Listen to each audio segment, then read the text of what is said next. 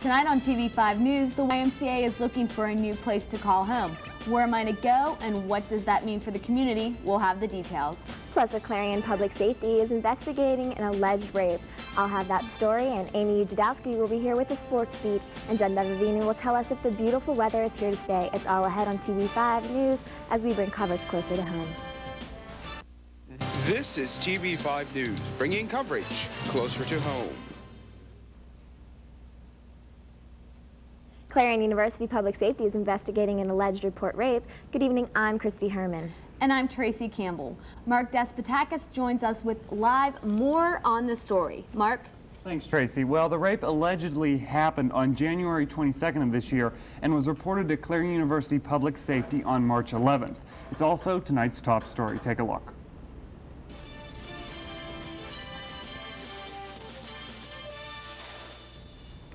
Public Safety received a report from a student on March 11th of an alleged rape on January 22nd in Campbell Hall. The alleged rape in this case was what is known as acquaintance rape.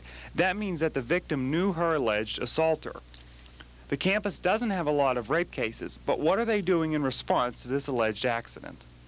The safety precautions that are already in effect at the universities, such as education, are still in force. There's not any new safety precautions planned because this allegedly occurred in the residence hall. And a dorm room here at Campbell Hall is where the alleged rape occurred. But what can you do to keep yourself safe? One of them is that when you say no, you need to mean no and say it clearly and strongly.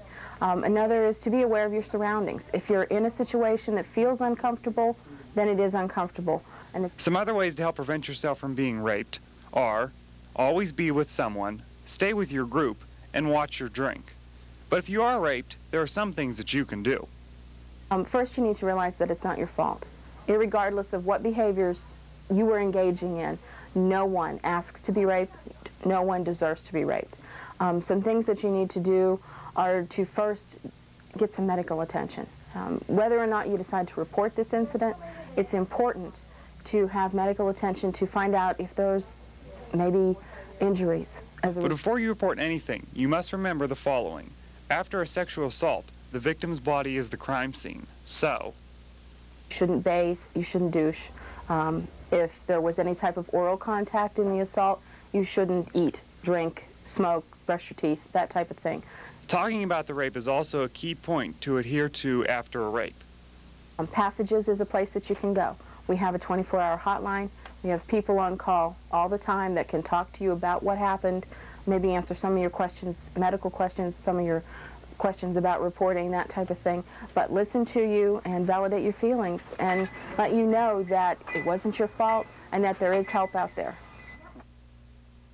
So there is help out there, and as Llewyn Williams said, Passages is a good place to call. The number for Passages is 1-800-793-3620. That's on your screen right now. Tracy and Christy? Mark, did the alleged rape have anything to do with the assaults back in January? No, it didn't. University Relations told me that there are two separate incidents because they have identified a suspect in this case and not in the other one. Okay, thanks. Rick Reiner, the executive director of the Oil City YMCA, expressed that they are currently looking for 2 sites for the new YMCA home. Either of the 2 sites would be leased to keep costs down while starting the project.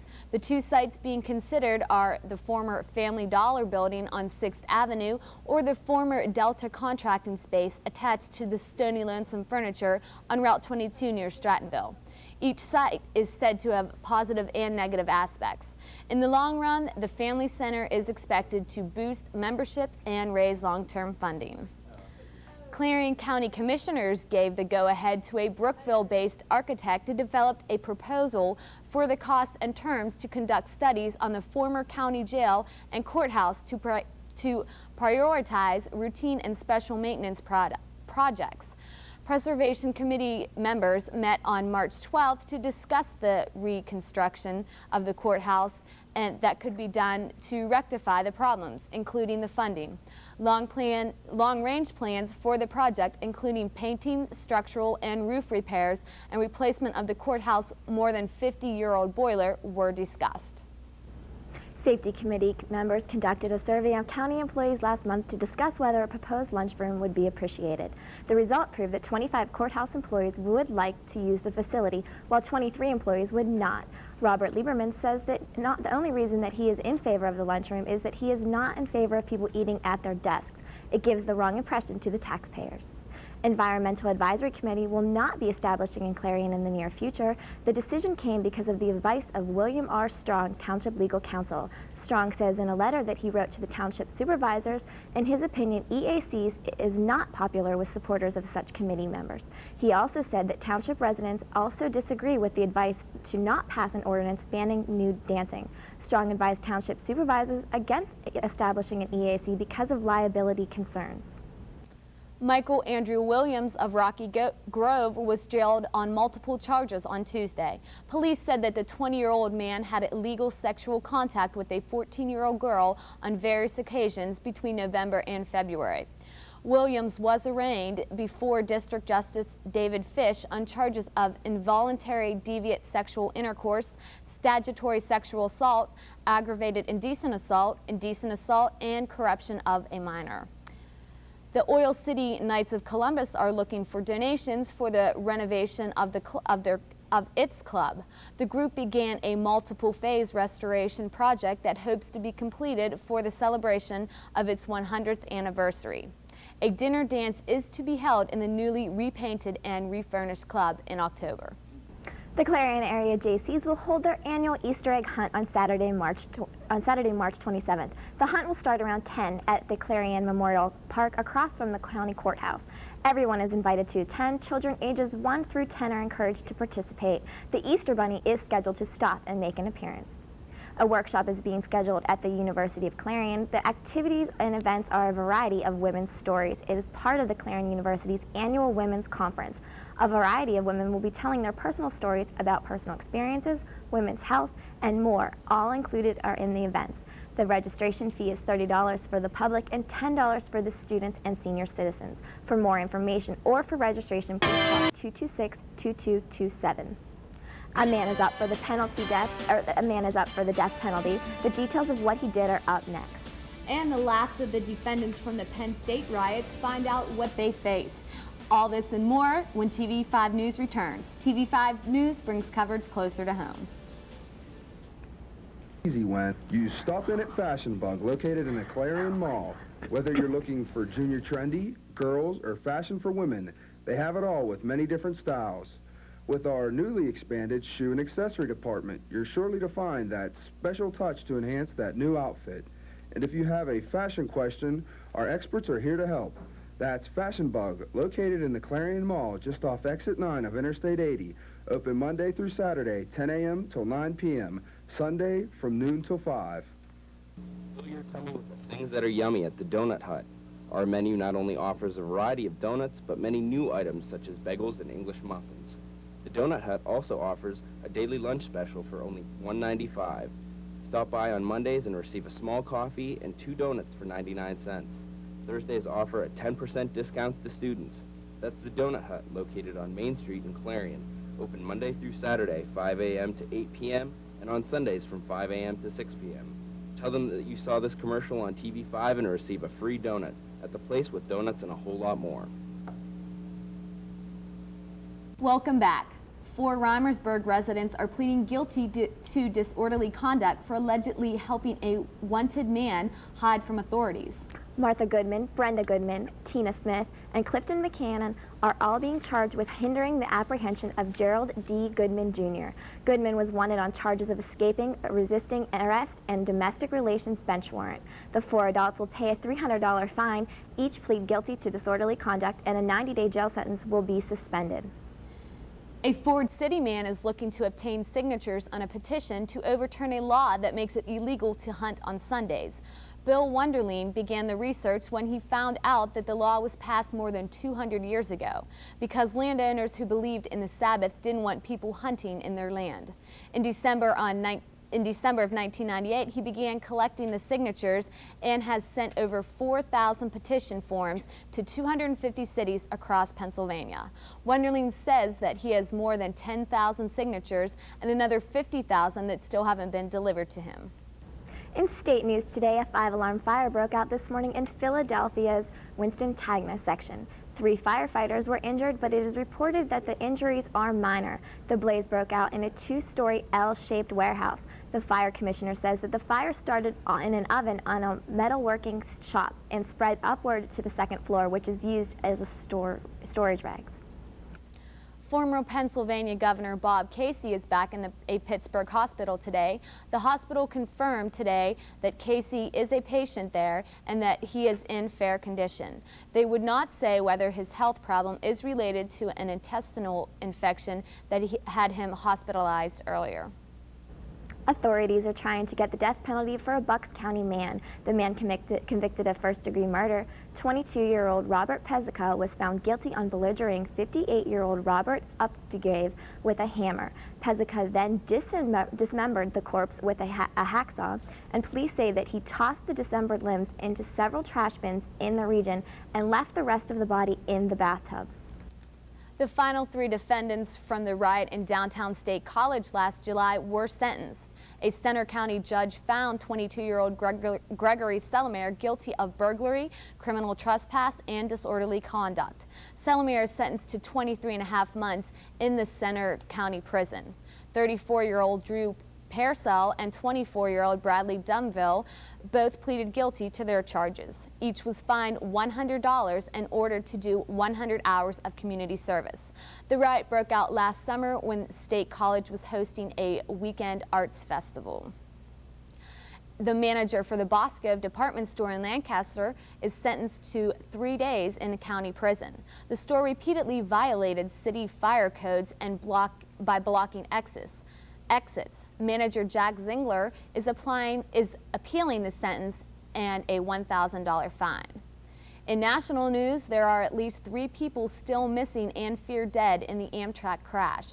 Authorities were saying up to 6 people were missing from the Amtrak wreck in Illinois on Monday night. The train derailed when it slammed into a semi-truck loaded with steel. A debate in the U.S. House of Steel producing states is underway. Lawmakers are deciding whether to impose quotas on steel imports from foreign countries. The United Steelworkers of America and the major steel companies see the quota bill as a major way to revive a steel industry that's been struggling against a surge of low-priced imports from foreign countries. President Clinton opposes the bill and is threatening to veto it. In time for St. Patrick's Day, a green vehicle is being displayed. Daimler Chrysler unveiled a non-polluting compact car powered by a fuel cell that converts hydrogen and oxygen into electricity. The car has said it is to go up to about 90 miles an hour and travel 200 miles between refuelings. The only emissions the car produces is a water vapor. Automakers hope to have these clean cars on the market within the next 5 years, and the only drawback is that the hydrogen liquid used is to be stored at extremely cold temperatures, which makes the cars just a little too expensive right now. The usual demonstrations occurred in New York again today at the St. Patrick's Day Parade. It started with its familiar scene of gay and lesbian activists protesting against the decision to exclude them from carrying a flag or banner in the parade. The parade was led by Maureen O'Hare up Fifth Avenue, while 17 demonstrators were arrested on a misdemeanor disorderly conduct charges as they stepped into the street to block the routes. The O.J. Simpson trademark is still being fought again by New Hampshire man. The federal court ruled that Bill Ritchie's has the illegal standing to challenge a trademark. This ruling reverses a decision by the U.S. Patent Office. In 1995, Simpson filed for exclusive rights to trademark his name and market everything from Juice comic books to O.J. musical toys. Ritchie filed the former challenge on a lawsuit that prohibits immoral or scandalous trademarks. Male and female recruits should continue training together, but a special panel is split on splitting up the sexes in the military. A report up for discussion at the House hearing today. The report is expected to spark a debate about the sexes should be separated to cut down on sexual misconduct and harassment. Currently, only the Marine Corps separate male and female recruits in boot camp. Coming up after the break, Jen Bevavino will tell us if we can expect this weather for the rest of the week. She'll have our TV5 weather forecast when we return. And Amy Ujadowski will take a look into the world of sports. All this and more when we come back on TV5. TV5 brings news coverage closer home. If you're tired of those boring Saturday nights, then head on down to the Bowl Arena, where we have Rock and Bowl every Friday from 9:30 to 12:30 and Saturday from 11 to 2. And if bowling's not for you, then head on over to our game room with 8 pool tables and an extensive selection of arcade games. The Bowl Arena is also a fun place for birthdays with bumper bowling for kids and league play for adults. That's the Bowl Arena, located just 1 mile east of Clarion on Route 322. Phone 764-3471. Opens daily at noon. At the Carpet Barn, we love it when people walk all over us because we know our carpet is designed not just for style and color, but to stand up to the toughest traffic. It's soft enough for the baby to crawl on, yet stain-resistant enough for the pets to run on. And its beauty will last for years. So for the walk of your life, come to the Carpet Barn. We have your best interests underfoot. Welcome back. In World News Today, the group that runs the Olympics kicked out 6 members today for taking bribes. The members took gifts from the Salt Lake City officials in their winning bid for the 2002 Winter Games. The committee voted on each of the expulsions of a secret ballot during a meeting in Switzerland. It is believed to be the first International Olympic Committee member to be kicked out for corruption in the panel's 105 years. Corporate sponsors and lawmakers presume that IOC to make charges to restore the luster of the 5 rings. 2 pilots are soaring the blue skies. The pilots are members of the Swiss-English balloon team and are completing a 6-day journey over the Pacific Ocean. They took off on March 1st, hoping to become the first balloonist to circle the globe non-stop. They aim to make it to North Africa by Saturday and then are trying to make it to the pyramids of Egypt. They have already broken the record for the longest distance flown. With the drought warning lifted off of Pennsylvania and all of the snow we have received, does New Bethlehem have flooding to worry about? Mark Despotakis has more on the story. Mark? Pennsylvania counties has come to an end, but people in New Bethlehem are hoping that a flooding situation won't occur. No, I don't think it's going to flood as serious as it was in '96, in July of '96. Although we had a flood in January of '96, 6 months prior to the big one, that was due to some ice and snow. But I don't think the potential was here for, you know, damaging floods. Okay. Linda Brocious went through a few floods at the New Bethlehem Sunoco A+ station. According to Brocious, the water reached over halfway up this sign and this building. But how does she feel about the arrival of spring? I don't like the heat, but I don't like the flood and the mud either. The general consensus in this small town is that flooding will not occur. But what's the official word from the National Weather Service? You know, my gut feeling is unless we get a tremendous amount of rain, in addition to what snow you already have there, you're probably not going to have problems because... Hopefully there will not be any problems. But what is it going to take to keep these problems from happening? I think tomorrow we'll probably get up into the upper 50s up there, if not around 60 degrees, which will tend to have a gradual snow melt. Plus the air is very dry and it's fairly windy. With that you have a lot of evaporation going on too, so that's kind of the best circumstance you want to get rid of snow. So if you get rid of the snow before you get substantial rain, you're going to probably be okay. A hydrologist of the National Weather Service also confirmed that we will probably not have any problems with flooding. If it did happen, what would it take? I would think you're going to need probably 1.5 inches or 2 of a combination of rain and snow melt. What are the odds of that happening? Not real good. In New Bethlehem, Mark Despotakis, TV5 News. Thanks, Mark. Well, if you looked outside today, all you saw were blue skies. Jen Bevavino is in the TV5 Weather Center, and she has a complete look at your local forecast. Taking a brief look at Clarion's current and extended weather conditions, today was a fantastic day in Clarion County. The sun came out, as did most Clarion students sporting their t-shirts and sunglasses. Day temperatures rose high into the upper 50s. Hopefully, we'll be staying along this range throughout the week. We may see a bit of a decline, but mostly staying in the 50s. Very nice weather conditions. Taking a look at our satellite image at the moment, you'll notice we are precipitation free and hopefully we'll be staying this way. We may see some some rain showers later tonight, but hopefully throughout the week we'll be seeing no signs of precipitation.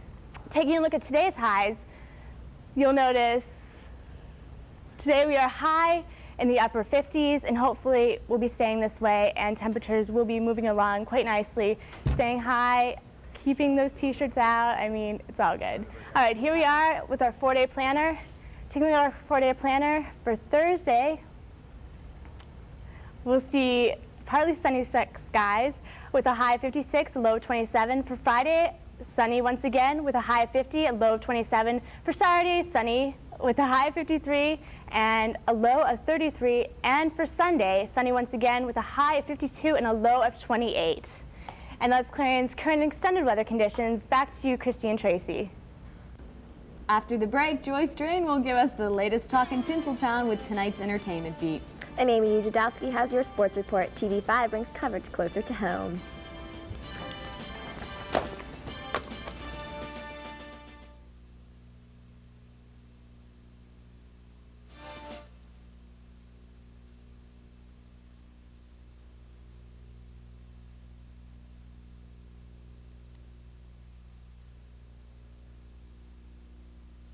News travels fast. That's why you need the speed and accuracy of a news team that brings coverage closer to home.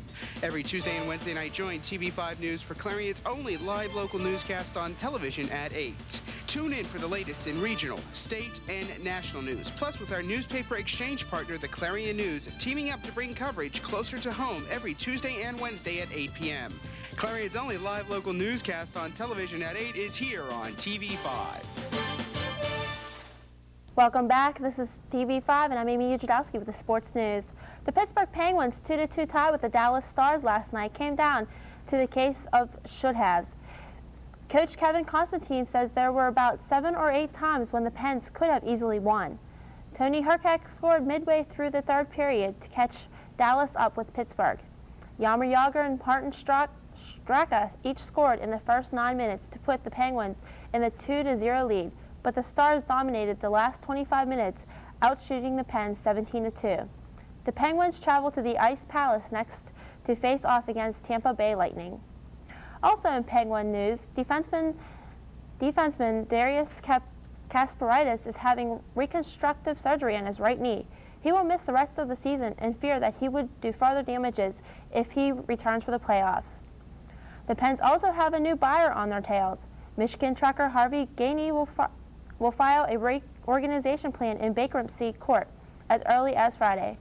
Gainey is the owner of Gainey Transportation Services Incorporated of Grand Rapids and has been looking at the Penguins since last fall. The Pirates cut 11 players today, including much of last season's third baseman Aramis Ramirez. With him, top hitting prospect Chad Hermanson, shortstop Abraham Nunez, Jimmy Anderson, first baseman Ron Wright, and outfielder Emil Brown were all assigned to AAA Nashville. Alex Hernandez was sent to AA Altoona, and Jim Barron, Johan Lopez, Mal Rosero, Jeff Patsky were all shipped back to minor league camp. Pitcher Chris Benson of the Pirates may not have another chance to continue as reliever. Mark Wilkins is still recovering from shoulder surgery, creating the problem of the Pirates needing another right-handed reliever to start the season. Gene Lamont says Benson still has some control problems and rather wait for a future to have him start as starting pitcher. Benson is likely to return to AAA Nashville and make at least 15 starts before the Pirates decide to promote him. Black, gold, and green Pirates? No, those are not the new colors, but like many other major league teams, the Pirates celebrated St. Patrick's Day in fashion. They wore green caps today during their game against the Cincinnati Reds. Also, the bases at McCacken Field in Brenton, Florida were painted green. In sports across the nation, in the NCAA, tonight,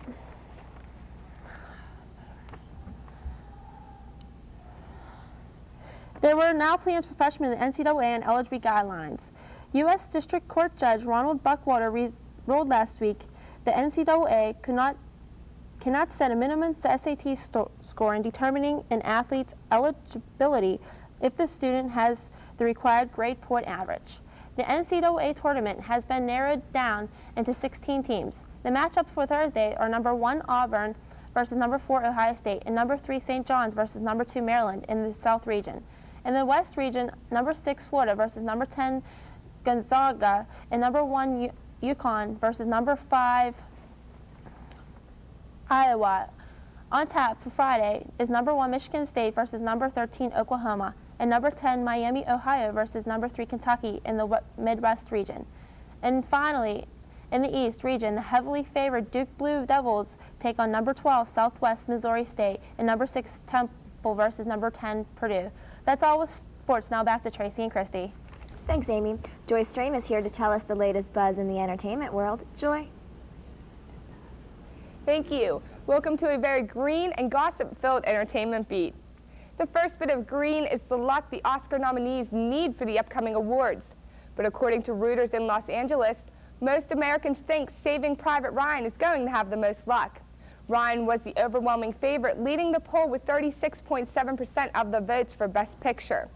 And surprisingly enough, Shakespeare in Love only brought in 10.2% of the votes. Critics also feel that Ryan is the front runner for the Oscar and that Tom Hanks will probably take home an award of his own. The next bit of green is the shamrock. This 3-leaf clover is going to represent 3 rebels that are now classified as legends. Mr. Billy Joel, Mr. Paul McCartney, and Mr. Bruce Springsteen were all inducted into the Rock and Roll Hall of Fame Monday night. The Boss, the Beatle, and the Piano Man shocked everyone when they strolled into the reception in formal wear and ate from fine china all night. The night ended with McCartney singing Let It Be, and he was accompanied by Lauryn Hill, Eric Clapton, Melissa Etheridge, the Staples, and some others. And finally, a wee bit of gossip about the man himself, St. Patrick. Did you know he wasn't even Irish? Historical sources report that he was born around 373 AD in Scotland or Britain. His real name is believed to be Maewyn Sucat. He took on Patrick when he became a priest at the age of 16. The shamrock, otherwise known as a 3-leaf clover, was used by Patrick in Ireland when he went out to spread the Christian word. He used the shamrock as a metaphor to explain the concept of the Trinity. And as we all know, St. Patrick was said to have driven all the snakes out of Ireland because the snake was a pagan symbol. Perhaps this was a figurative tale about how he drove all the pagans out of Ireland. That's all the green gossip I have for this week, but I leave you with an Irish blessing. May your blessings outnumber the shamrocks that grow, and may trouble avoid you wherever you go. For Entertainment Beat, I'm Joy Strain, TV5 News. Thanks, Joy. Now let's check in with Jen Bevavino for one final look at the forecast. Jen? Taking another brief look at tonight and tomorrow's weather. Tonight, increasing clouds, breezy with a chance of showers by early morning with the low in the upper 30s. For Thursday, partly cloudy with a high of 56. Back to you, Christy and Tracy. Thanks, Jen. Thanks to everybody out there for tuning in to tonight's coverage of TV5 News. Tune in on Tuesday with Dave Marsh and Christy DeZort. Thanks. I'm Tracy Campbell. And I'm Christy Herman, and on behalf of Amy Ujadowski and Jen Bevavino, good night and have a happy St. Patrick's Day.